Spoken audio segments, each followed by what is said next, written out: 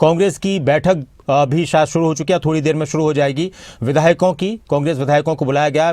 नेता विपक्ष भूपेंद्र सिंह हुड्डा की अध्यक्षता में शीतकालीन सत्र को लेकर कांग्रेस विधायक दल की बैठक में रणनीति बनाई जाएगी। जितेंद्र चौधरी हमारे साथ जुड़े हुए हैं। जितेंद्र, अगर आपके आसपास विधायक हैं तो आप किस तरह के मुद्दों को लेकर कांग्रेस के नेता आगे बढ़ेंगे, विधायक आगे बढ़ेंगे? और इस दौरान जो कुछ और भी जिले थे कि गोहाना की बात की जाए, नरवाना की बात की जाए, उकलाना की बात की जाए, नारायणगढ़ की बात की जाए, उनको लेकर भी बहुत से पहले से एक बात उठ रही थी कि इनको भी जिला बनाया जाए, इसको लेकर भी चर्चाएं चलती हैं। तो अगर मौका लगे तो वहां से अगर कोई नुमाइंदे हो तो उनसे भी आप बात कर सकते हैं। जी जितेंद्र।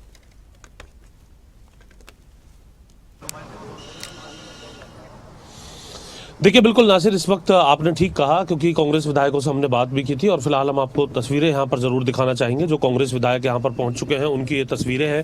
अब से कुछ ही देर में जो कांग्रेस विधायक दल की जो बैठक है वो शुरू होने जा रही है। हालांकि नेता प्रतिपक्ष भूपेंद्र हुड्डा के आवास पर यह बैठक है और अभी जो जानकारी है उसके मुताबिक अभी जो हम सुबह भी चर्चा कर रहे थे फॉग को लेकर के, जो जानकारी मिली है फ्लाइट डिले होने की वजह से जो भूपेंद्र हुड्डा है वो अभी बैठक के लिए नहीं पहुंचे हैं। आप जो विधायक यहाँ पर पहुंचे उनकी तस्वीरें इस वक्त आप देख रहे हैं और उन विधायकों से भी हम बात करेंगे, इस विषय पे भी बात करेंगे। साथ ही साथ जो विधानसभा का जो शीतकालीन सत्र जो शुरू हो रहा है उसको लेकर के भी हम बातचीत करेंगे।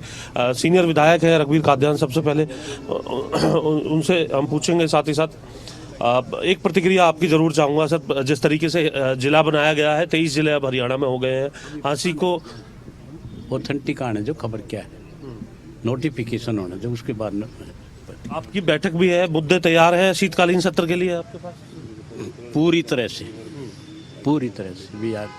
ठीक है, आदमपुर से विधायक हैं, हालांकि हम कुछ देर पहले भी बात कर रहे थे। अब आपसे जानना चाहेंगे किस तरीके की तैयारी रहेगी अपने क्षेत्र के मुद्दे उठाने को लेकर शीतकालीन सत्र? देखिए, हमारी पूरी तैयारी है जो विधानसभा क्षेत्र से संबंधित है। जो मुद्दे हमने पहले भी उठाए हैं, वहाँ पे आदमपुर के केस में सीवरेज व्यवस्था की बात है, पीने के पानी की सप्लाई की बात है, शिक्षा और स्वास्थ्य सेवाएं मुहैया जो कि नहीं कराई जा रही पूर्ण रूप से, उसकी बात है, सड़कों की बात है, किसान के खेत में पानी पहुँचे, क्योंकि किसान के खेत में हमारा जो ये बॉर्डरिंग, राजस्थान बॉर्डरिंग इलाका है और किसान के खेत में सिंचाई का पानी नहीं पहुँचता।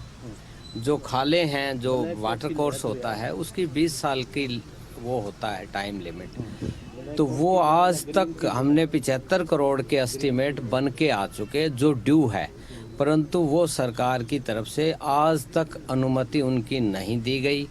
परिणाम स्वरूप वो खाड़े टूटे पड़े हुए हैं और किसान के खेत में सिंचाई का पानी नहीं पहुंच रहा। इसी तरह से पीने के पानी की भी समस्या है। जो ये टेल पे और राजस्थान बॉर्डर पे लगते हुए गांव हैं, इनमें जो वाटर सप्लाई का ये रिजर्वायर जो होता है उसमें पानी जाना चाहिए, उसमें भी दिक्कत है।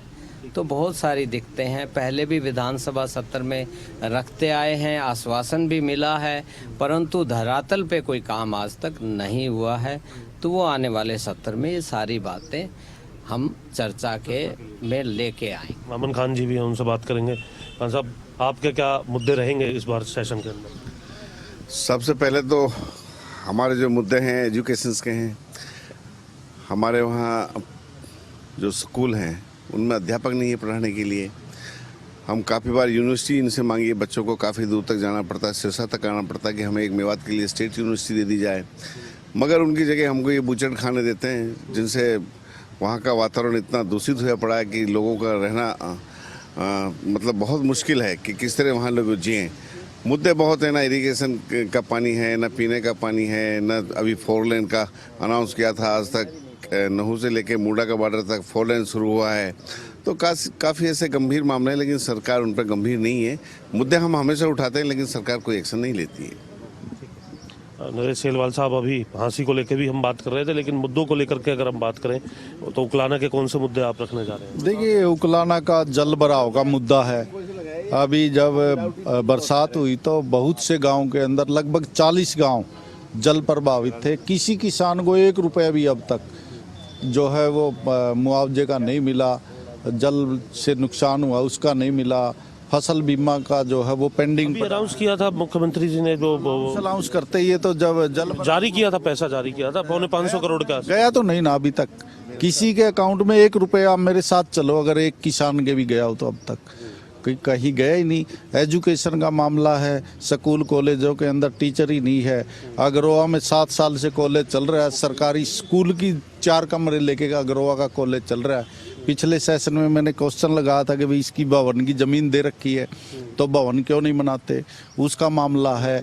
और दूसरा जो है हमारा नहरी पानी का मामला। आप सभी विधायकों से जब मैं बात कर रहा हूँ, आप कह रहे हैं पहले भी उठाए हैं, एक एश्योरेंस कमेटी बनी थी, उसमें क्या ये तमाम मुद्दे नहीं जा सकते? आप ना वो बार बार हमें भी रिपीट करते हुए अच्छा नहीं लगता। 3 सेशन हुए अब तक, तीनों सेशनों में हमने वो बातें उठाई, जल भराव की भी उठाई है, किसानों के फसल मुआवजे की भी उठाई है, कॉलेज की भी उठाई है, पब्लिक हेल्थ के जो मामले हैं, जल के पीने के पानी की समस्याएं, कई जगह सीवर की समस्या उकलाना में हर बार हम उठाते हैं, लेकिन कोई कार्रवाई नहीं होती, कोई सुनने वाला ही नहीं है। विक्रम खान जी हैं, उनसे भी हम बात करेंगे।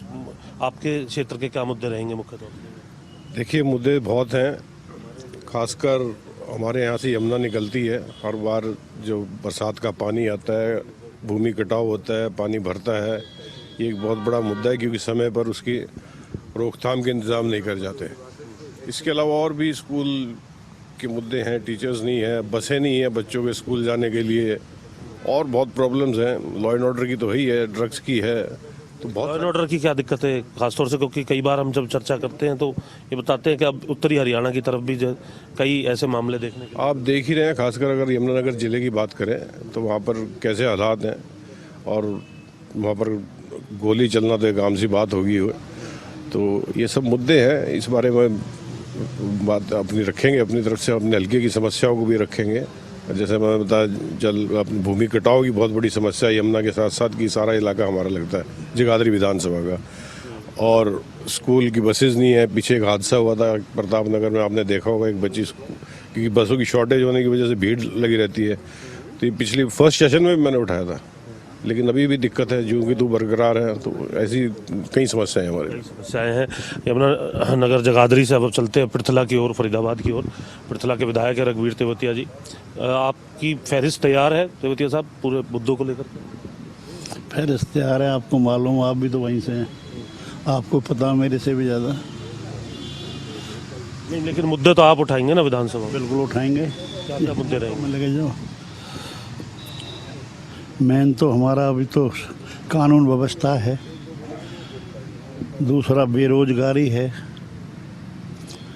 और सबसे ज़्यादा ये जो सड़कें हैं वो बहुत ज़्यादा टूटी फूटी हैं हमारे क्षेत्र में। पीछे कहा था, पिछले बजट पे मंजूर की थी और अखबारों में भी आई, हमारे वहाँ भी भेजी गई, लेकिन आज तक कितनी सड़कें बनी? 2-4 बनी, ज़्यादातर बकाया रह रही आज तक भी। कई सड़कें ऐसी हैं, कहते हैं कि हमने 6 कलम की, 5 कलम की सब बना दी, 6 कलम की रह रही है। कितना बजट बताया गया कि खर्च करेंगे और कितना हो गया धरातल पे, इस तरीके से बता दीजिए आप। ऐसा तो हमारे यहाँ कुछ नहीं बताया गया। हाँ, आपने कुछ जो भी चीज़ें मिली या पास हुई? हाँ, तो जो हमने मांगे रखी थी उनमें से ज़्यादातर काम हुए नहीं हैं। आफ्ताब जी भी यहाँ पर है, आफ्ताब अहमद, उनसे हम बात करेंगे, अभी पहुँचे हैं। बोरी आप बताइए सर, पूरी तैयारी है सेशन की? क्योंकि बिल्कुल बहुत सारे जो है काम रोको प्रस्ताव, ध्यानाकर्षण प्रस्ताव और वो पेश भी कर दिए गए हैं। काम रोको प्रस्ताव किस पर लेकर के आ रहे हैं? सबसे पहले तो जो खिलाड़ियों की और खेल सुविधाओं के अभाव, और जो प्रदेश इतने देश दुनिया में खिलाड़ियों की वजह से गौरव प्रदेश को भी देश को भी दिलाता है, उसके बाद इस तरीके का रवैया सरकार का अपने आप में बड़ा दुर्भाग्यपूर्ण भी है। और इस जो घटना हुई है उसकी मैं समझता हूँ कि सरकार पूरी तरह जिम्मेदार है और उसके लिए जवाबदेही है। अपनी कमेटी बना के लीपापोती करते, ये रवैया जो है सरकार का नहीं। इसी तरीके से कानून व्यवस्था दिन प्रतिदिन कोई सुधार की वजह व्यवस्था पर कौन सा प्रस्ताव है आप? यही हम काम को या फिर ध्यान कामरों को प्रस्ताव लाएंगे। तो ये है, इसी तरीके से बहुत सारे अन्य मुद्दे हैं, चाहे वो अरावली का मुद्दा है, प्रदूषण का मुद्दा है, चाहे जल भराव का, और जल भराव के बाद मुआवजा आज तक नहीं बटा उसका मुद्दा है। इसी तरह के बढ़ता हुआ प्रदूषण जो है उसके लिए क्या कदम उठाए जा रहे हैं, धान घोटाला है, भ्रष्टाचार के जो किसी चीज़ के लिए, किस तरीके से वोटों का प्रलोभन देके बीपीएल कार्ड जब तो थोक के भाव बनाए जाते हैं, जैसे ही चुनाव हो जाता है वो तो काट के कर दे जाता है। तो ये किस तरीके से हरियाणा की जनता के साथ धोखा है, प्रलोभन देके वोट लेके, और इस तरीके से कार्य करना सरकार का अपने आप में संदेह की, क्योंकि ये सरकार वैसे भी वोट चोरी के बाद सरकार हेरा फेरी, चोरी का मुद्दा भी उठाएंगे, वोट चोरी का मुद्दा तो है ही, उठाएंगे सदन में मुद्दा है वो तो बिल्कुल उठेगा वोट चोरी। 1.5 घंटे का भाषण दिखाया सभी विधायकों को तैयारी करने के लिए। अमित शाह ने जो संसद के अंदर जो बोला था, पूरी तैयारी कर रखी है। संसद में भी जो गृह मंत्री था उन्होंने भी उन मुद्दों पे बात नहीं करी जो मुद्दे उठाए गए, जो प्रश्न उठाए गए, जिनके संदेह जिनके ऊपर था, उन चीज़ों को एड्रेस ना करके वो अपना भाषण दिया, लेकिन कोई उसमें किसी तरीके का वो नहीं है। आज किस तरीके से नेशनल हेराल्ड केस में राहुल जी और सोनिया जी के ऊपर झूठा मुकदमा 12 साल से जिसके शोर सुनते आ रहे थे, वो आज जो है कॉग्निजेंस ही नहीं लिया, और जो है लोअर कोर्ट ने ही उसको मतलब खारिज कर दिया। नेशनल हेराल्ड का क्या मतलब, इनका दुष्प्रचार किस तरीके से कांग्रेस के नेतृत्व को, और किस तरीके से ईडी, सीबीआई, इनकम टैक्स, कभी पार्टी के खातों को सील कर देते हैं, कभी किसी तरह की। मैं समझता हूँ कि प्रजातंत्र का जो गला घोटे, और जो अभी 14 तारीख को रैली हुई है, ये एक बहुत बड़ी चेतना का आगाज़ है, और आने वाले समय में एक आधार बनेगा, और ये प्रजातंत्र का और जो लोकतंत्र का गला घोट के और अपने तरीके से संविधान संस्थाओं को चलाना चाहते हैं, उसका पर्दाफाश भी होगा, और इससे निजात भी मिलेगा देश की जनता को। ठीक है, तो नासिर आपने सुना, आप चाहें तो ब्रेक भी कर सकते हैं कि खिलाड़ियों का जो मुद्दा है, खेल का जो मुद्दा है, और साथ ही साथ कानून व्यवस्था का मुद्दा, जिस पर काम रोको प्रस्ताव जो है वो कांग्रेस लेकर के आ रही है, यानी सीधी सी बात है, इस पर पूरे तौर पर हंगामा जो है इस बार देखने के लिए मिलेगा। इस मुद्दे पर भी पिछली बार हमने देखा था कि एक दिन में 6 बार विधानसभा जो है उसको एडजॉर्न करना पड़ा था, और अब ये देखना है कि जो खिलाड़ियों का ये जो मुद्दा अभी रहा, जिसमें हमने देखा कि हाल ही में जो 2 खिलाड़ी हैं बास्केटबॉल के, वो अपनी जान गंवा चुके थे बास्केटबॉल का जो पोल है उसे गिरने से। तो अपने आप में इस मुद्दे को कांग्रेस जो है पूरे गंभीरता से काम रोको प्रस्ताव के माध्यम से लेकर के आ रही है।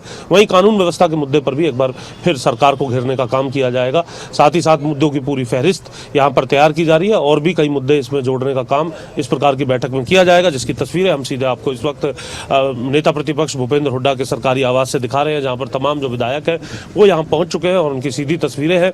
कुछ ही देर में यहाँ पर जो नेता प्रतिपक्ष भूपेंद्र हुड्डा है वो पहुंचेंगे। जैसा कि हम अपने दर्शकों को बता भी रहे थे कि उनकी फ्लाइट सुबह करीब 11:15 बजे की थी, लेकिन धुंध के कारण जो है उसमें डिले देखने के लिए मिला है, और अब से कुछ ही देर पहले जो जानकारी मिली है उसके मुताबिक जो अब से कुछ ही देर बाद वो यहाँ पर पहुँचते हुए नजर आएंगे। जी बहुत शुक्रिया आपका जितेंद्र, इस पूरी चर्चा के लिए।